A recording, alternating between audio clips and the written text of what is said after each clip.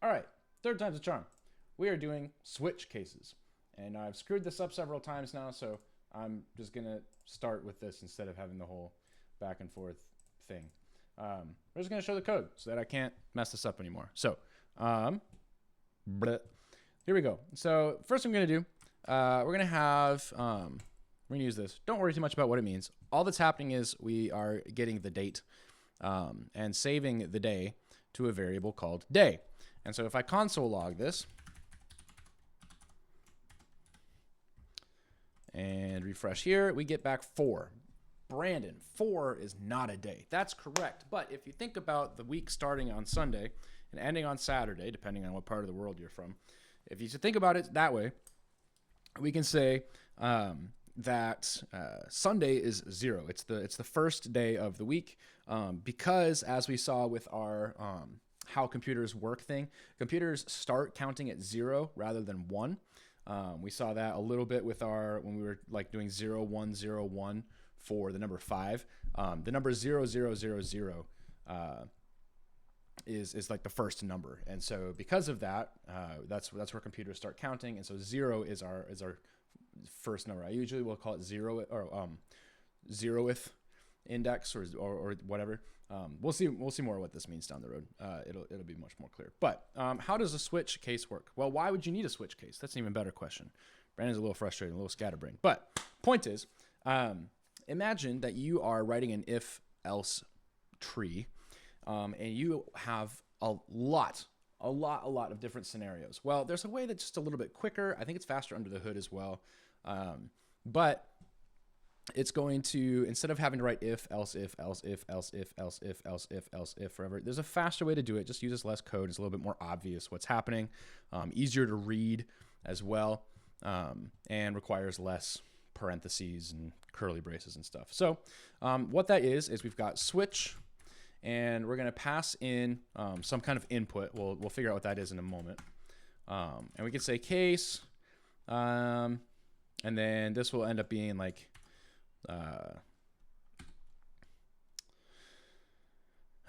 value of input will be right here. And then based on what that is, then we can do some stuff. Now, this is not valid code right now, but this is telling you kind of the theory of what's going on. What we're going to do is we're going to take this day and pass it in right here. So there's day. And instead of value of input, we're going to start with 0, right? And what we want to do is console.log. It is Sunday, no coding today, right? Cool. And then we're going to break, and we go back to case 1. And so you can see already that this is actually like less code than this whole thing, right? Because that's basically what it's doing, is replacing, or even this. And it's just clear. It's easier to read. This is like a lot of characters and stuff. And if you're not used to this and you just look at this, you're like, what is happening here? This is a little bit more readable. And readability, honestly, is a really important part of coding.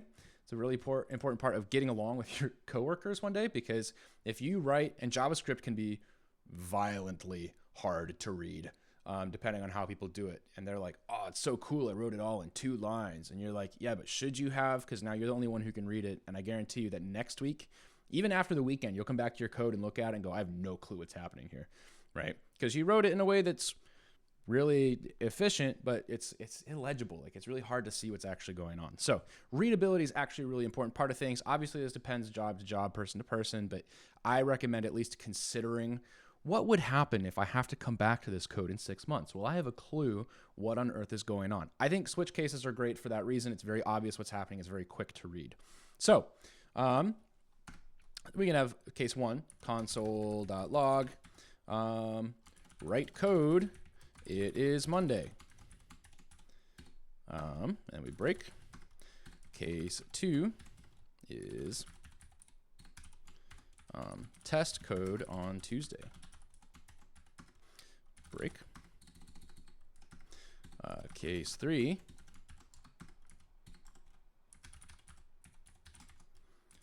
meetings on Wednesday. Break.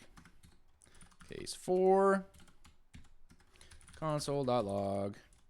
We're going to say teach code on Thursday, because that's what I'm doing today. Break. Case 5 console.log push to production on Friday. It's where you like post your code up and make it actually like be part of the published product rather than like you're working on it stage. And then case 6 for Saturday.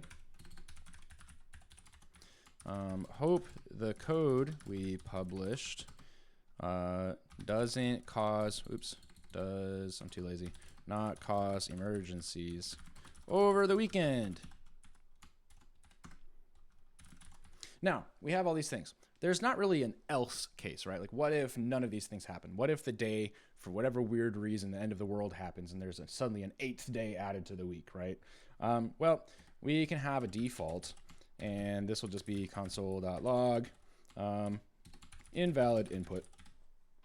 Right, it's not a real day. We don't have to worry about it, okay? So we should be able to now go back over here and refresh the page, and lo and behold, we get teach code on Thursday, which is pretty cool.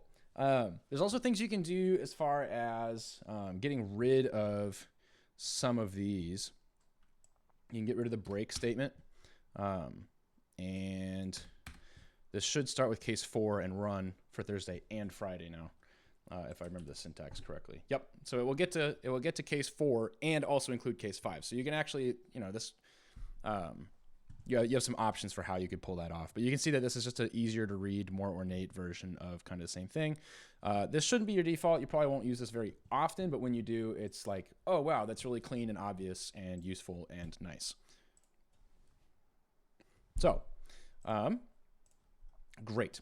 So now that we've talked about that a little bit, and what's our time at here? Oh, it was only 6 minutes. It's a short little video, but that's okay. We have 3 exercises, right? So the first is a Mario problem, right? And these will be actually written out later. You'll be able to see these on the Google Classroom for this part of the course. But 3 things we're going to be doing here. The first one is called the Mario problem.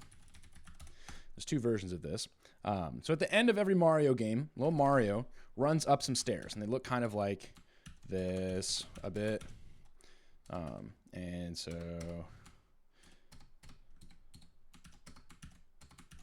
obviously VS Code's quite irritated with me right now.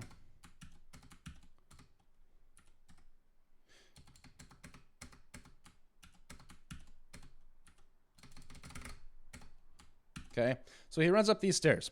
And so now we know how to use loops. We know how to use conditionals. We know how to do counters, things like that. And so your job is to print something like this out. Now, it doesn't have to be this way. You can actually have them all justified. Oh, goodness. You can have them all justified the other direction, if you like. Challenge mode is the other way. But you can write some stairs like this that Mario runs up at the end of the classic levels.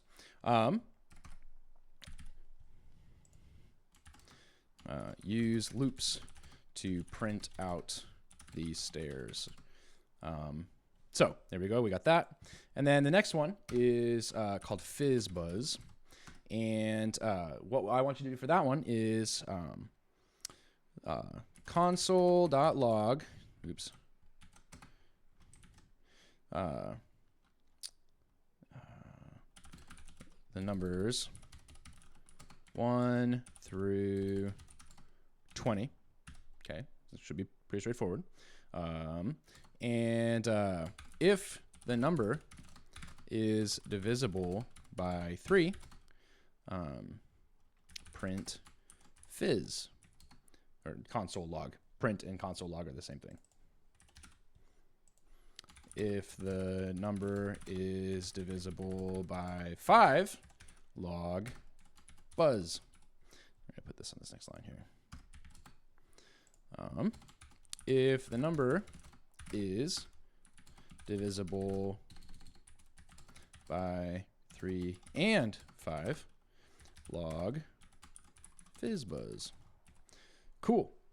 And then yeah, you might have more homework on the actual Google Doc, but those will be 2 ones that I just want to kind of talk about just a little bit there, and that should be pretty cool.